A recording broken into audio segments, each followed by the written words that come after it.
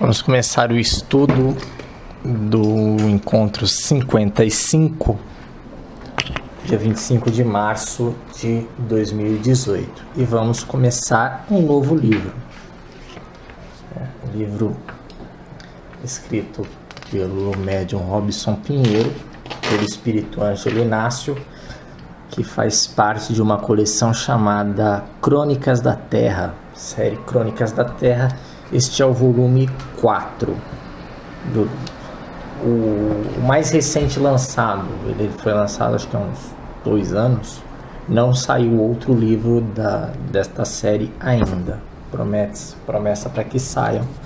Acho que nós não trabalhamos nenhum dos livros desta série, mas já comentamos sobre livros desta série, né? em outros livros desse autor. E particularmente eu não vou falar sobre o livro inteiro. Eu vou deixar de fora o capítulo 1, capítulo 3, capítulo 8 e o capítulo 9. Exatamente, o começo do livro, o final do livro, que são 9 capítulos, e o capítulo 3. E eu vou falar em poucas palavras o que está dito nestes capítulos. É a parte de ação do livro, digamos assim. Aquela parte, vocês sabem, como eu costumo dizer, os livros do Ângelo Inácio tem momentos cinematográficos, ações, cenas de perseguição, ação e tudo. Será que isso é algo da idade? Eu tô com cada vez menos paciência para em qualquer livro assim que fica criando muita cena de ação, assim, me parece gordura desnecessária, né? Mas, é que não entendeu novo, né? Enfim, na verdade no começo ele trata de algo que nós até comentamos em outros livros, se não me engano, nos Imortais, né, o segundo da série da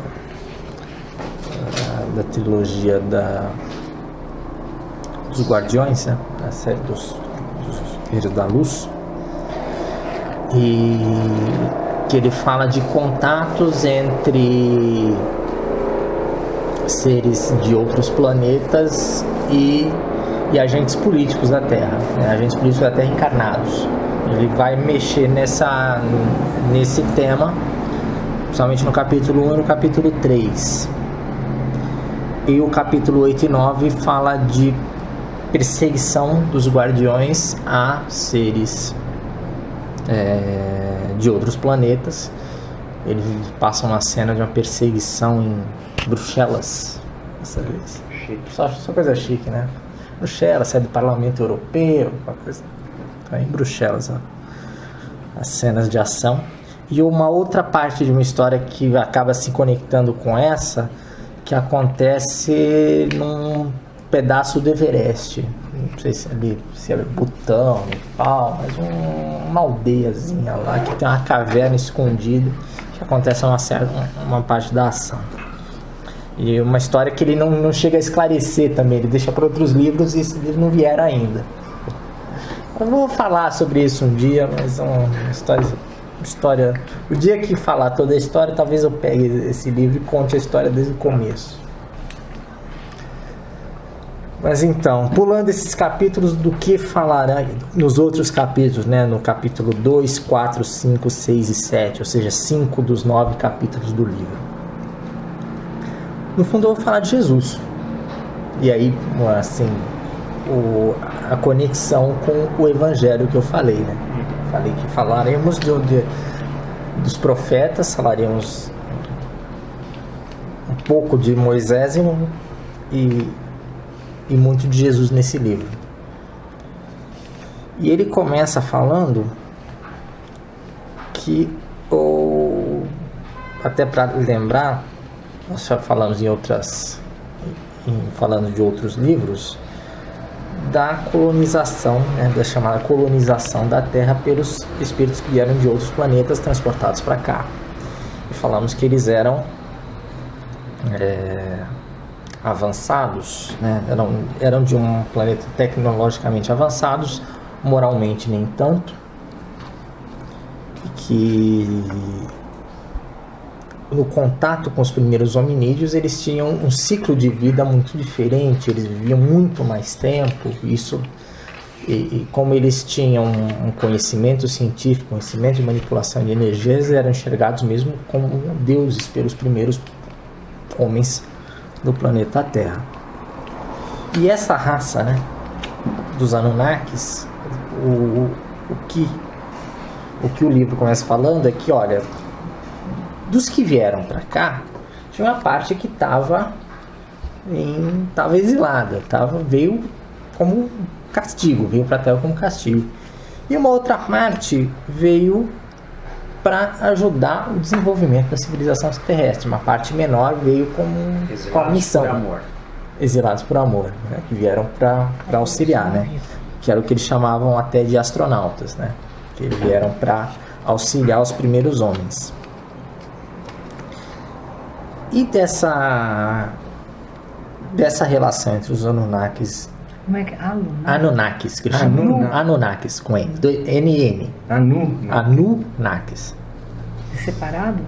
Não, é tudo junto. Inclusive, o primeiro são 2 N's. Tá. E é com K. Anunnakis. E da relação com os primeiros hominídeos, eles, inclusive, para desenvolver a raça, eles fizeram, digamos, uma geração híbrida, né? Houve uma miscigenação com os seres na Terra. E como o ciclo de vida deles era diferente, era muito mais longo que o ciclo do homem comum, esses seres híbridos, inclusive, eles viviam mais tempo que os homens comuns. Eles viviam por alguns séculos. Ele explica um pouco se essas diferenças são, digamos, em termos genéticos, ou se são mais de comportamento por essas técnicas de saber lidar com essas energias? Genéticos. Eles eram geneticamente diferentes. Eles eram geneticamente diferentes porque o planeta deles tinha um ciclo de rotação e translação muito mais demorado que a Terra. Então, o ano deles, o dia deles era mais longo. O dia deles era mais longo. O ano deles, que eles falam que no planeta original deles, um ano durava, acho que quase 3.000 anos terrestres. Mas eles vieram com os mesmos corpos ou eles vieram como espíritos? Eles vieram...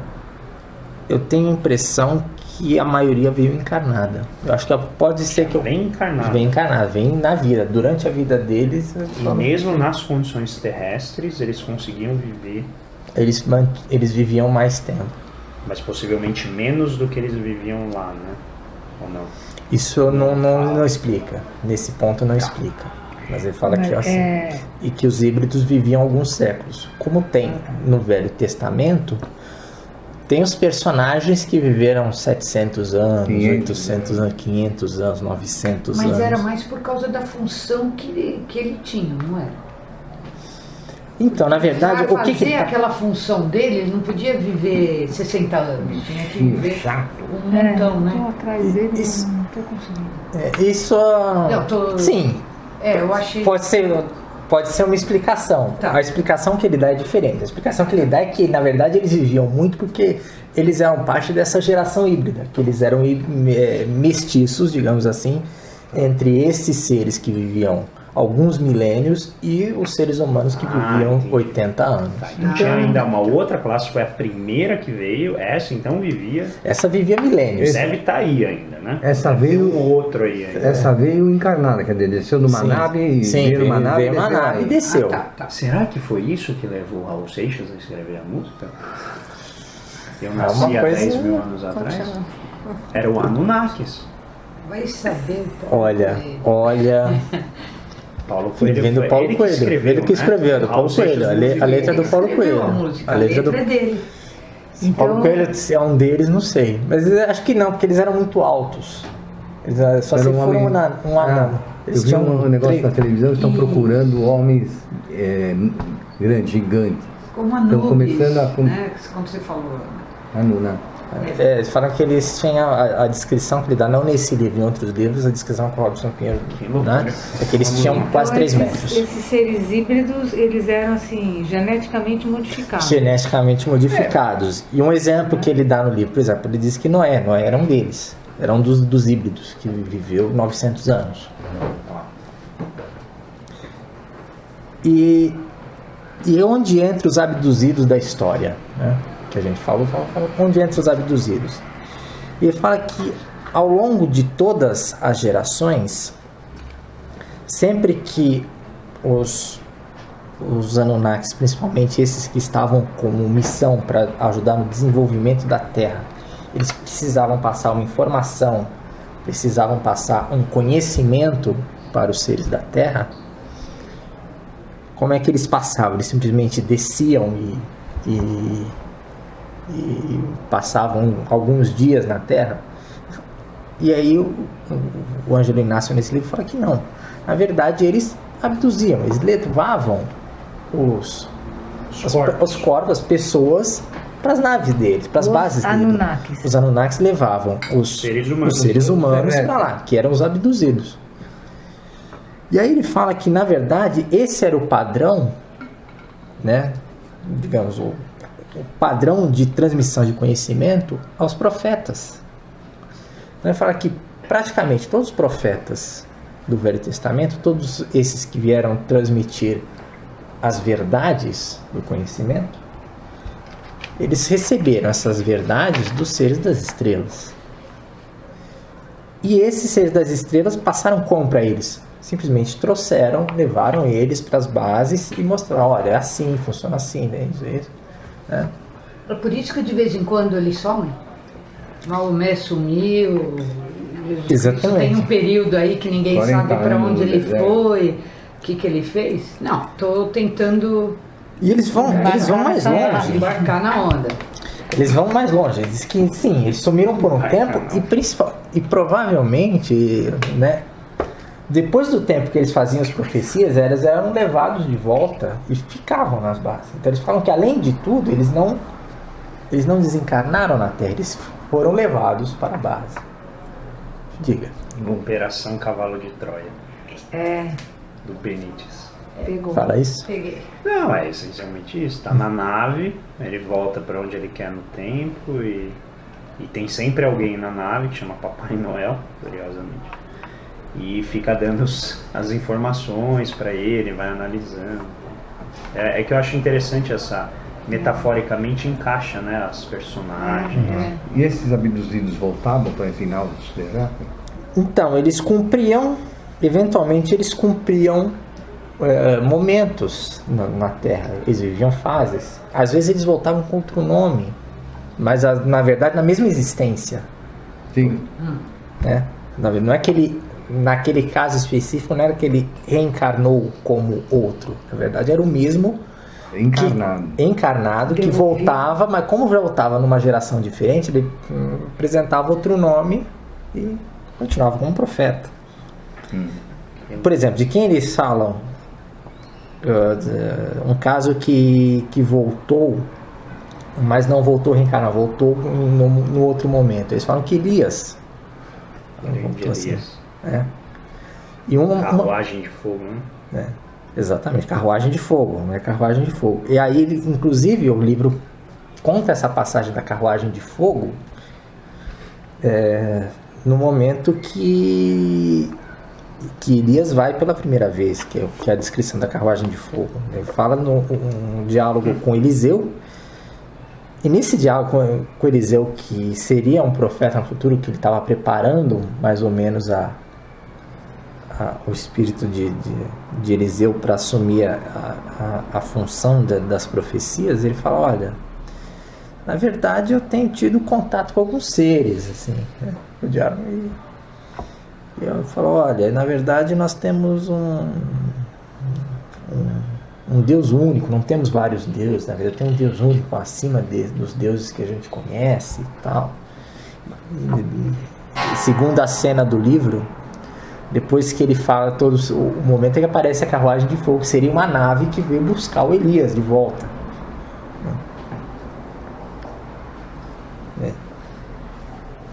E na verdade ele já tinha passado por alguns processos de abdução para receber os conhecimentos, mas ele não tinha muitos conhecimentos, por exemplo, dos outros profetas. E ele fala, e no livro, quando ele descreve essa cena, ele diz que na nave ele conhece outros profetas, ele conhece Noé, ele conhece Moisés, que também estaria na mesma situação que ele estava passando agora. Ele quem? O Elias. Porque nos grandes iniciados, eles falam todos têm um parêntese aí de sumir, né? Sim, passa um tempo no Todos deserto, grandes, passa um tempo no... Todo mundo, tá. E a teoria que o Ângelo Inácio apresenta para eles é que, na verdade, eles estão buscando conhecimentos que vêm diretamente de seres de outros lugares que não a Terra, de outros Jesus irmãos. é de lá? Chegaria a Jesus. Chegaria a Jesus. E, de certa forma, o que ele fala é que em algum momento da antiguidade a missão dos Anunnakis se encerra, né? Principalmente esses que vêm transmitindo conhecimento, eles encerram a missão de iniciar a civilização humana e voltam para o planeta, né? E ao longo de tempos em tempos, os iniciados, que são esses profetas, eles voltam à Terra para cumprir algumas missões determinadas, revelar algumas coisas a mais para a humanidade e trazer conhecimento. E a partir desse preâmbulo de falar dos profetas, aí nós chegamos a falar de Jesus. Jesus não era um desses profetas que foi abduzido. Jesus é apresentado efetivamente como uma consciência cósmica. E cuja encarnação ela é planejada ao longo de mais de 1000 anos. Né? Levou mais de 1000 anos para você programar a vinda de Jesus à Terra. Realmente Jesus era um desses espíritos já no nível não corporificado, né? No nível de consciência cósmica, que vive entre as estrelas e que veio fazer a revelação. Cara, para pensar um pouquinho só nisso. Por que você é uma consciência cósmica? Pensa. É um camarote muito específico esse. E dentro, quando eles eram abduzidos, quem eram esses que ensinavam os abduzidos? Os que ensinavam eram esses de outro planeta que vieram auxiliar o início Os Anunnakis que não se misturaram. Então, os Anunnakis eram mais superiores? Anunnakis. Isso, eram seres de outros planetas superiores. Anunnakis. Sim. Tá. Eles vinham de outro planeta que era mais evoluído. Isso, tá. Uma parte se misturou, outra parte ficou Uma na nave. Uma parte se misturou e uma parte estava aprontando mesmo. Continuou aprontando aí. A parte está aprontando a Terra. Será que é daí que vem a ideia dos vampiros, cara? Que vivem. Pode ser. Essa galerinha que não é tão edificada, mas que tem esse potencial técnico de lidar com as energias. E viverão séculos. Viver séculos e séculos, sim. Esse livro ele vai mexer em várias coisas de mitologias, várias viagem. Anubis era enorme, né? Ele era alto, todos os deuses do Egito. Do Egito eram gigantes, né? Né? Tem aquele filme. Tem um filme que eu já vou. Múmia? Não. O filme Eles estão refazendo. Deuses e Reis. Deuses e Reis. Então todos os deuses e os reis eram muito. Tanto é que tem o ser humano e eles são todos maiores. Sabe quem eu lembrei agora? O Raimundo Irineu Silva, do Santo Daime, gigante. Era um negão gigantesco, assim. Imagina, numa época lá no meio da Amazônia, ninguém tinha o tamanho dele. Todos esses caras. Então, de repente, os Inca, os príncipes eram mais altos do que o povo queixo, né? Era bem pequenininho, e os príncipes eles eram bem maiores. A gente vai pegando as pontas e vai entrando na viagem, mas faz sentido. Faz sentido. Faz sentido. Bem, voltando a Jesus.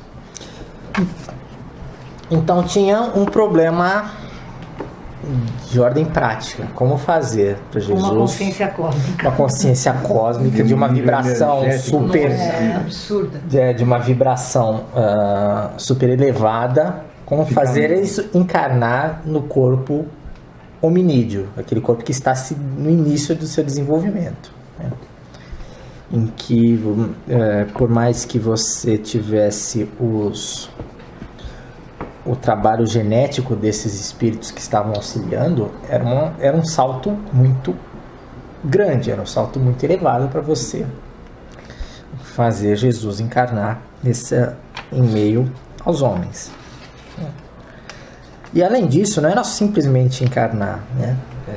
Não é assim, falar, Jesus, joga aí e faz a tua. Entrei. Né? Tinha que ter um corpo que permitisse que ele cumprisse a missão dele, porque ele vinha para fazer uma missão de suma importância para o desenvolvimento da humanidade. Isso já ficou um dos comentários do filme lá, A Paixão de Cristo, do Mel Gibson. E realmente, né, a gente até chegou a comentar, né? Jesus vem com um porte físico para suportar o que ele ia passar, né? Então já foi planejado para isso, né? E além disso também, até para ele conseguir utilizar potencialidades que ele tinha de manipulação de energética, de manipulação de materiais, alguns conhecimentos que ele já tinha pelo grau de elevação dele, e que se fosse num corpo muito comum, talvez ele não conseguisse exercer aqui. Então tem muitas coisas. Mas Jesus era mais alto do que... Tem algum registro disso ou não? Ele chega a falar isso? Ele não chega a falar, nesse livro ele não chega a falar, em outros livros ele também não fala. Em algum lugar eu ouvi dizer que ele tinha quase 2 metros. Sério? Eu já ouvi algum comentário que ele tinha E alguns comentários que rapagão. falam que na época ele era o único que tinha olhos azuis. Ainda mais Não naquele existia, meio, né? Não existia olhos azuis. Então era gene recessivo, já começa bem. Mas você tem a impressão que não é exatamente isso. Acho que olhos azuis eram relativos. Uma das diferenciações dele. Eu estava lembrando agora, os vikings eram grandes, enormes. Os escoceses eram grandes também. Pessoas, né? Eu tenho a impressão que o olho azul não. Acho que o olho azul era até comum na comunidade, na civilização indo-europeia. Porque se não fosse, não teria sobrevivido. Como gene recessivo, você chegar e você vê que tem em triângulos saxões e coisas, eu acho que os olhos azuis são comuns hoje. Não, mas acho que é tudo Mas, teoria, assim, isso é né? detalhe. Coisas que a gente vai ouvindo. Não, é que a gente tá coletando evidências. Cada um A gente fala tá o que ouviu. testando tudo. Porque tem muito mito. Mito no sentido de mitologia mesmo, não de inverdade. E que a gente tá vendo, né? Que consegue ser de alguma forma acomodado por esse esquema analítico que ele tá propondo aqui. Sim. Que é transformando. Se isso aqui, vamos supor, hipoteticamente, que isso é verdade, isso aqui explica uma série de manifestações culturais que pra gente são passadas como algo inverídico, ilustrativo, mitológico, alegórico, mas que pode estar baseado espiritualmente num processo bem mais amplo. E talvez coisas que não foram divulgadas. Maomé vai e volta de barba branca, não sei o quê. Jesus toma um banho no Rio Jordão, quando volta, ele volta com outra fisionomia, né? E assim... E é interessante, hoje eu vou falar mais dessas questões de... Não chora, Rita. Nessas questões da preparação, a vida de Jesus, exatamente, eu vou falar na próxima aula. Isso, pois é, hoje é domingo de Ramos, né? Não sei se vocês não... Que é o dia que ele entra em Jerusalém aclamado, né, pelo povo para ser morto sexta-feira. A descrição é muito bonita, a descrição que ele dá para essa cena. Cara, eu achei que é bom a gente ler esse livro é bom. Esse livro é bom. Se quiser pular os capítulos, falei que ele faz a parte da ação, mas esse livro é bem legal. Quando eu li, falei, não, eu quero fazer esse livro, porque esse livro é legal. Vai lá. o primeiro plano que eles fizeram para Jesus era de Jesus nascer no Egito. E o que aconteceu? Na verdade, aconteceram 2 problemas. Que eles dependiam do faraó Akhenaton. Dependiam de 2 coisas. Primeiro, dependiam que o Akhenaton ele já era um descendente desses híbridos, né? Então ele já tinha uma genética diferente dos primeiros hominídeos, né? dos primeiros homens da civilização. E só que uma das missões dele era transmitir ao Egito que ele, na verdade, tinha um Deus único, que não eram vários deuses, na verdade não existiam vários deuses. O faraó tinha que transmitir ao povo a noção do Deus único. E ele falhou nessa missão, ele não conseguiu, por várias questões de poder, de política, essa missão dele se desviou e ele não conseguiu fazer com que o povo egito cresce num Deus único. E o segundo problema importante foi que ele não conseguiu gerar descendentes homens. Ele só gerou filhas mulheres. Então ele não conseguiu passar adiante o cromossomo Y, que era importante nessa linhagem para ter uma genética que fosse favorável Nada, meu filho, eu não sabia nada. Fosse favorável à vinda do Messias, né? À vinda de Jesus. Uma outra questão importante é a respeito da mãe. Quem ia receber Jesus? E aí é interessante, porque aí entra uma questão que eu não vi de lugar nenhum. Cuidado, vai com calma. Né? O que esse livro está defendendo? Ele está defendendo que o espírito de Maria era um espírito que veio de outro planeta. Ele até aponta que é um planeta chamado Sírius. Ele fala que o espírito de Maria encarnou na Terra vindo de outro planeta, porque era um planeta mais evoluído que a Terra naquele momento e que teria condições de suportar essa materialização de Jesus na forma humana. Certeza que esse é o momento que as pessoas vão parar de ouvir. A hora de chegar na Maria, chega. Já deu. Minuto 28. Deu demais. Minuto 28. É curioso, assim, causa um faz certo, sentido. Pra mim causa faz muito um certo espanto, mas faz todo sentido, né? Faz todo sentido. Porque quando a história inclusive humano passar por aquilo, a gente é só problema, só rasa, só bagunça, né? Tem que ser alguém. E eles falam que inclusive com o conhecimento que a Maria tinha, ela poderia inclusive influenciar geneticamente a gestação da criança. Ela tinha o conhecimento e a capacidade de geneticamente melhorar aquela gestação que estava em curso.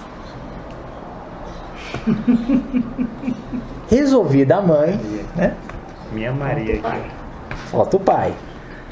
E aí me parece que eles fizeram muitas pesquisas, né? Os espíritos iam pesquisando. E aí, durante essas pesquisas também aconteceram abduções para fazerem testes genéticos até descobrir uma linhagem, né, entre os homens da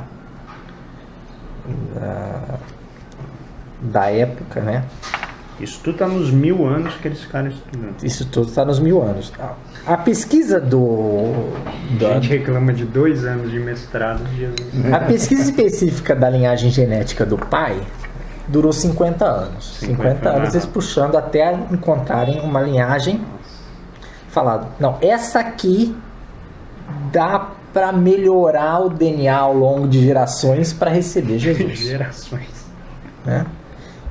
E aí eles chegaram numa linhagem que que eram herdeiros de Davi. Né? Davi era o iniciador dessa linhagem genética que ia receber ao longo de gerações melhoramentos, né?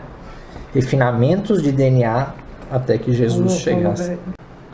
Todo esse trabalho para estabelecer uma mãe que vai gerar essa criança, 50 anos para achar uma linhagem, para achar um pai para gerar essa criança, onde é que entra o Espírito Santo? Mas eu vou responder, na verdade eu vou responder sim. A minha pergunta é outra. Não precisaria de todo esse trabalho, precisaria? Então, a ideia grávida, por exemplo. A ideia é que para que fosse uma mensagem humanidade humana, era importante no entendimento desses espíritos que Jesus viesse de uma forma humana. E viesse humano como os humanos nascem, exatamente do mesmo jeito que um monte de some, podia falar, José e Maria podiam sumir 9 meses e aparecer como uma criança. Sem passar assim, pela a gestação. Mas era uma ideia que os espíritos falaram que para que a mensagem fosse autêntica, que Jesus fosse um humano, tivesse aparência humana, tivesse o nascimento da forma humana e passasse por isso. Isso aí para mim fica claro. Falarei. E aí, pior que eu falarei mesmo. Então tá bom, eu vou ficar mais calmo. Tudo isso fez toda essa pesquisa e tudo isso espíritos que estavam designados especificamente para cuidar desse trabalho, da vinda do Messias, para a vinda de Jesus à Terra. Eles foram trabalhando diretamente com esse processo de melhoramento, com a pesquisa, com a supervisão de toda a programação encarnatória do que ia acontecer. Isso foi feito minuciosamente por uma equipe de espíritos especializada. Acho que eu vou entrar na questão. Vamos lá. O que ele defende nesse livro? Ele defende que houve uma inseminação artificial. Né? E fala que abduziram José. Então está explicado. O que esse livro está defendendo é que José foi abduzido, realmente foi extraído o gameta e foi inseminada Maria. Fala onde entra. O Robson Pereira deve ter uns 15 guarda-costas. Exatamente dessa forma que ele defende. Então, o Espírito Santo foi. Imagina. E aí a igreja trouxe a história do Espírito Santo, é isso? Da inseminação artificial. Não deixa de ser. O Espírito Santo é essa legião aí. Nunca falou que era um só. Falou que não, simplesmente. É o Espírito Santo. Pode ser essa turma mesmo. Né? E falam que ao mesmo tempo que fizeram esse processo com José, que abduziram, chegaram para ele e explicaram a situação, explicaram quem que estava vindo. É o processo que ia passar. Né? Olha, você vai acolher Maria, vai estar vindo o Messias, vai encarnar na Terra, né? Vai se chamar Jesus, você vai cuidar dele, você vai amparar, né? Então foi um momento não só o momento da fertilização, mas também o momento em que José foi avisado do que ia passar, do que ia acontecer na vida dele, né? Do que eles estavam recebendo o Messias.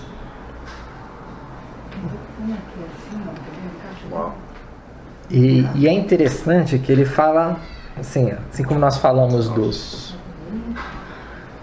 fenômenos, de várias lendas, de vários mitos, o que ele relata nesse livro é que no momento da vinda de Jesus acontecem muitos fenômenos astronômicos que eles chamam de sóis noturnos, lua, mais de uma lua, escudos iluminados, coisas do céu. Alinhados. Não só planetas alinhados, ele diz que no céu começaram a aparecer coisas. Tinha que ter que aparecer.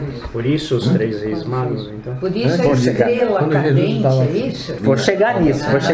Mas o que ele fala, o que são isso?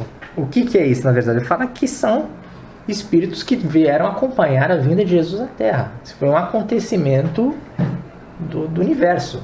Vários espíritos de vários planetas vieram em suas diferentes naves acompanhar, ver a vinda de Jesus à Terra e acompanhar esse momento. Então diz que nesse período, principalmente do nascimento de Jesus, tinham várias naves. Então a estrela de Nazaré deve ser uma big de uma nave. São várias naves, várias coisas, e relatadas. Como não tinha filmagem, não tinha rede social, não tinha transmissão online para todo mundo, o que fica registrado são esses fenômenos astronômicos diferentes. Né? Ele coloca que tinham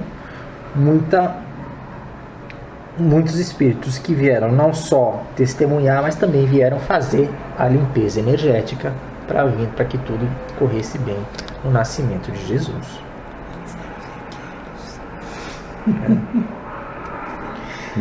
Ou seja, a manjedoura então estava clean. A manjedoura estava clean. E aí a Rita perguntou dos 3 reis magos. O livro fala dos 3 reis magos. E ele fala... Cara, não é possível que só nisso ele fala tudo isso. Fala tudo isso. Isso é metade do livro.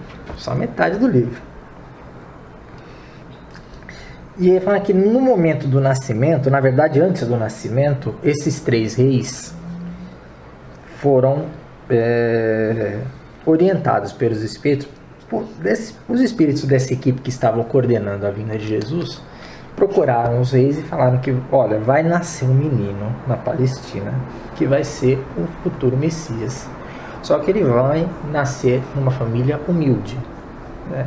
Então vocês precisam levar para essa família os bens que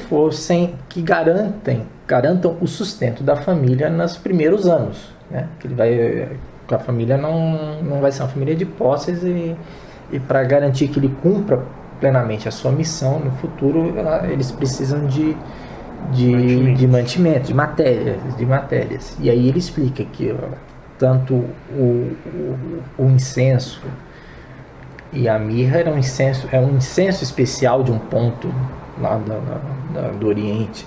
A mirra também é uma mirra especial de um ponto do Oriente. Era cara. E o ouro sempre teve um valor de ouro, ou seja, eram bens caros que fossem auxiliar a família de José e Maria nos primeiros anos de Jesus. E o que ele fala em relação à estrela cadente, ele fala que o que guiou os reis também foi uma nave espacial. Só podia, né? Só que foi devagarinho ali para eles acompanhar. Ó, é por aqui, gente. Cara. Follow me. E aí para eles chegarem até o local do nascimento de Jesus. Prefiro muito mais. Prefiro essa história. Essa história é melhor. Não, é muito, muito interessante. É bem interessante. Quando eu li, eu falei, não, tem que levar essa. E é congruente com as outras abordagens que a gente já viu, né? Desde os Exilados por Amor, a toda a questão dos Exilados de Capela. Jornada dos Anjos. É conhecido, com filmes Exilados de Capela também, né? Fala dos... Não, o pessoal tem que entender que não tinha. Se o planeta era tão atrasado, tinha que vir um povo de outros lugares para vir para cá. Para dar uma mão. Para dar uma mão, começar a Jornada das Estrelas. Nesse último filme do Jornada das Estrelas, que a nave ela tá embaixo do mar, e aí acontece alguma coisa. Último Jedi? Não sei. Não. Esse é o Jornada nas Estrelas. Não, é outro. Jornada. É da Enterprise. Você não cometa esse erro. Esse erro é fatal. E eles estão... A outra metade que não desligou agora. Porque é interessante, tem uma hora... Nesse último filme que saiu do Star Trek, eles estão num país, só que aí tem algum problema em algum lugar. E o Spock fala assim, olha, a gente tem uma regra, a gente não pode sair daqui. Porque essa é uma sociedade ainda muito no início... E se a gente sair daqui, a gente vai atrapalhar toda a cabeça deles. Eles não podem saber que tem uma nave, que tem viajantes e tal. Só que aí não tem jeito, eles têm que sair, o Capitão Kirk vai lá e fala, não, a gente tem que sair agora. E ele sai. E no que ele sai, é um povo assim, todo meio vermelho, branco, bem... que seria aparentemente um indígena, né, e tal. E aí quando ele sai, eles vão e desenham a nave. Eles não tinham nem fala ainda tal. E é engraçado porque eles desenham a nave. E aí fica essa mitologia, né, de que existe tipo essa nave, um deus. Também interessante. Nossa, bem interessante. Porque o presépio... Aconteceu lá o que aconteceu aqui. O presépio, essa manifestação de presépio com estrela em cima, com os burrinhos, foi de São Francisco de Assis. Foi. Foi a representação de alguma coisa que se viu. Inclusive é o presépio de São Francisco. Chama o presépio. Presépio Por isso de São ele pôs os Francisco. bichinhos lá. Isso, que pôs a estrela, o desenho. Tá? Do amor aqui. Então eu comparo isso quando antigamente falavam que o anjo tinha asas. Tá? Que um vidente viu alguém com uma aura imensa, aqui onde tinha o maior número de plexos, que ele viu uma aura que na cabeça dele era uma asa com uma auréola. E aí virou a imagem. A imagem, o que eu tô falando é a imagem, tá? Até justifica, porque o espírito volita, né? O cara tem um negócio, parece uma asa. Mas o cara legal voa. isso, né? Porque se era a aura, né? A aura, por causa do, né? Se E você aí pegar um pareceu aurímetro, uma por extensão exemplo, do braço. você pega aqui, ele faz assim, ó.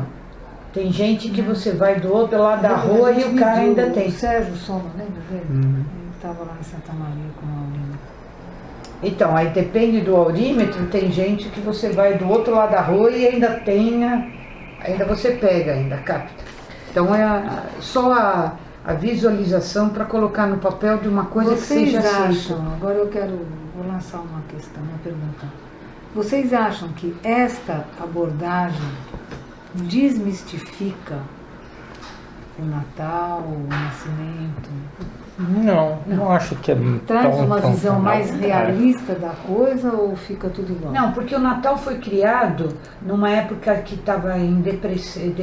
Não. Eu digo mas assim. não é Eu tô Do Se ela Papai diz- Noel? Essa Não, se destrói a mitologia, o valor da prática, do ritual. confrontando esta abordagem com o que a gente conhece, com o que a gente tem do Natal. A história que é contada pela igreja Vocês acham que completamente desmistifica um pouco isso ou não? Eu acho que não. Eu acho que não.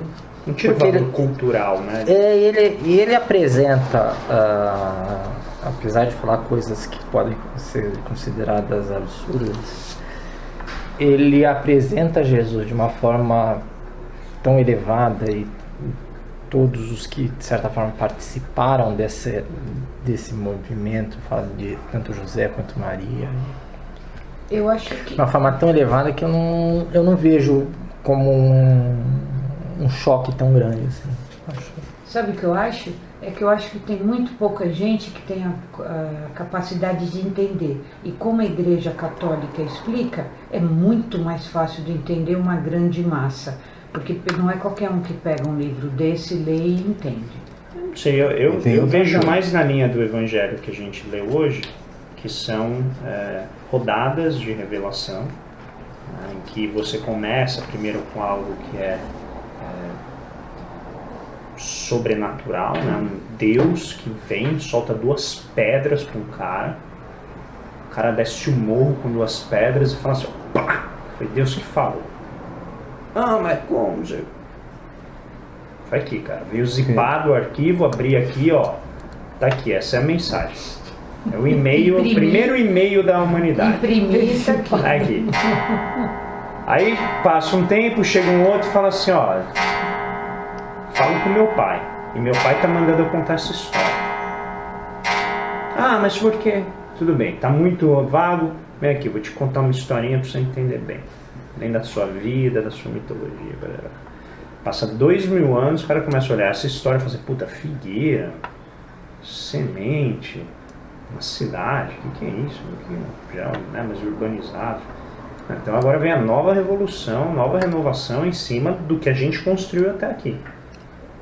Então Jesus, ele tinha algo que Moisés não tinha, que era a mitologia grega. A gente tem, a partir do século XIX, algo que Jesus não tinha, que é a ciência elaborada nos moldes modernos. Aí você traduz os pensamentos de Jesus, tudo aquilo que ele falou, Você tenta encontrar elementos que, né, deem suporte. Aí vem o Espiritismo e fala assim, olha, isso tudo faz parte de um projeto ainda maior, a ciência é só um pé. Tudo bem, ele vem e revela isso aqui nesse livro. Então, de acordo com essa leitura, uma narrativa em pé de igualdade com a narrativa da Igreja Católica, congruente com a narrativa da Igreja Católica, congruente, revelando os bastidores da encenação que a Igreja Católica revela. E ela mostra a cena. A cena humana, né? Bem humana. Como apareceu a visualidade. Você foi lá e viu aquilo. A cena, a encenação. O jeito humano. Vem o Espiritismo e fala assim, ó, vamos ver o aprendizado que tem a gente enxergar a produção do evento. O que é o bastidor. Então não remove, na minha visão, o valor cultural, porque continua sendo eventos de destaque, eventos revolucionários no destino do planeta. As pessoas envolvidas não perdem o valor, ao contrário, ganham valor, porque elas foram selecionadas de maneira tão específica para o tamanho da tarefa que elas se propunham. Só que os mecanismos revelados não estavam embutidos na narrativa da Igreja Católica. E mesmo eu acho essas adaptações que vão ocorrendo, por exemplo, eu nem sabia que era de São Francisco. Mesmo essas adaptações, eu acho que jogam luz ao propósito de Jesus. Colocar os animais, é dizer assim, era relevante não só para os humanos, era relevante para todos, inclusive os animais. Né? Então, na minha visão, eu leio isso aqui, eu passo a dar ainda mais valor, na minha visão, obviamente. Eu acho que há pessoas que vão se sentir incomodadas com a aparente heresia, né, de você questionar determinadas figuras e a santidade, a sacralidade delas, que aí sim eu concordo com a Rita. Eu acho que precisa ter uma mente um pouco mais aberta e informada sobre a questão da sacralidade. Porque para mim isso não diminui a sacralidade. Não é qualquer um que vai aceitar, não. Até porque em nenhum momento existe em nenhum lugar que sacralidade envolve a ausência de cópula, a ausência de relação sexual. Isso quem impôs foi a Igreja Católica. Então, a sacralidade assim entendida não tem nada a ver com o livro, não tem nada a ver com Jesus, não tem nada a ver com o resto. Tem a ver com, né, a narrativa posterior, que aí sim eu acho que gera alguns enrijecimentos, alguns engessamentos, que é de cada um, né? Vai ter gente que vai ler isso aqui e vai falar, isso aqui é uma loucura completa, esse pessoal do Beelzebub. E tem gente que vai falar, nossa, que interessante, eu vou pesquisar, vou ler mais. Muito bom, Paulo, bem legal. E aí na próxima é Jesus na Terra. Jesus está na Terra e vamos falar. Mas aí continua o livro? Continua o livro. Ah, tá. Eu vou falar com Jesus já na preparou. Talvez Já preparei. seja isso aí que ainda não está preparado para ser Você queria ler? divulgado e que vai ser uma coisa para o futuro, né? Pode ser. Eu vou voltar no Cavalo de Troia.